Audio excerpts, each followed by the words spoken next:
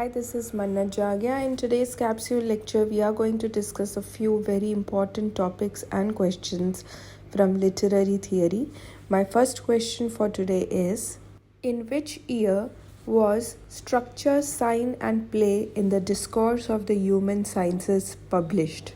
All of you know about structure, sign and play. It's a very important concept by Jacques Derrida, and it was actually a lecture. And this lecture was published in 1967.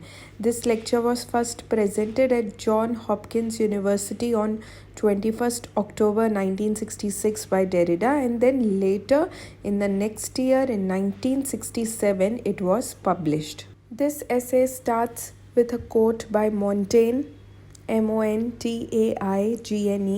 Montaigne wrote, "We need to interpret interpretation more than to interpret things." So this essay starts with the quote by Montaigne, who was one of the most significant philosophers of the French Revolution. I repeat the quote, "We need to interpret interpretation more than to interpret things." So Derrida started his essay by quoting Montaigne, which means every interpretation also should be interpreted.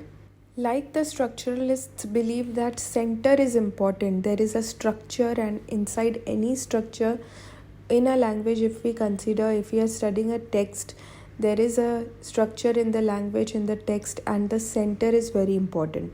But Derrida went in opposition of the structuralists, and he said that center cannot exist without the margins. So even the margins are important. Everything is important. And that is where he taught the theory of deconstruction, and he talks about structure, sign and play, the role of structure, sign and play in the discourse of human sciences in this essay. Basically, in his theory, Derrida helps us to learn what is deconstruction and how to deconstruct each and every text.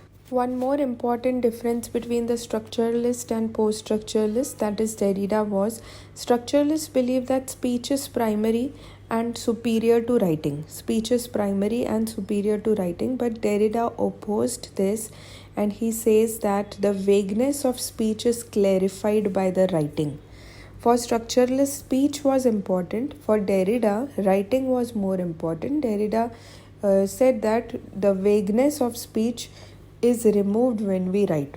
We have full-length lectures on structuralism, post-structuralism, and all the theories, all the theorists, all the concepts are explained in our Google Classroom for the subject literary theory.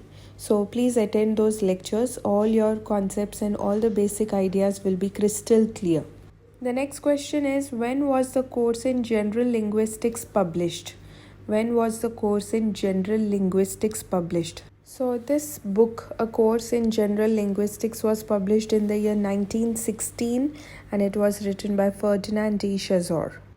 Who is Ferdinand de Saussure? So Ferdinand de Saussure is one of the fathers of 20th century linguistics. His lectures are posthumously published as the Course in General Linguistics. In this book, Course in General Linguistics, you will find the lectures of Ferdinand de Saussure, and he has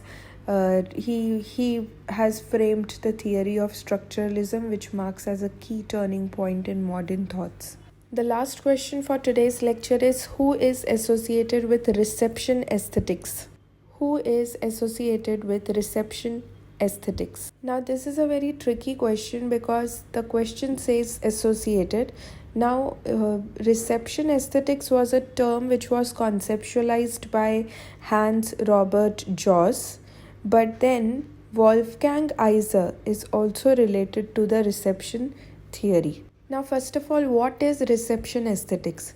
Reception is receiving and aesthetics is beauty. So, the beauty of receiving or interpreting the text is called as reception aesthetics. Every reader, every interpreter is important, and his interpretation is valuable.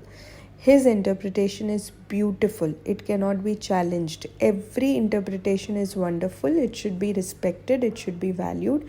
This is the concept of reception aesthetics, which was conceptualized by Hans Robert Joss, J-U-S-S. So conceptualized by Hans Robert Joss, but then it was developed by other critics like Stuart Hall and Wolfgang Iser. So that's all on today's important questions and concepts. I hope you have understood what is structuralism, what is post-structuralism. Remember, Ferdinand de Saussure was associated with structuralist school of thought. Later, he became a post-structuralist himself. Then we learned about deconstruction theory of Derrida, structure, sign and play. We also spoke about reception aesthetics. That's all on today's session. Thank you.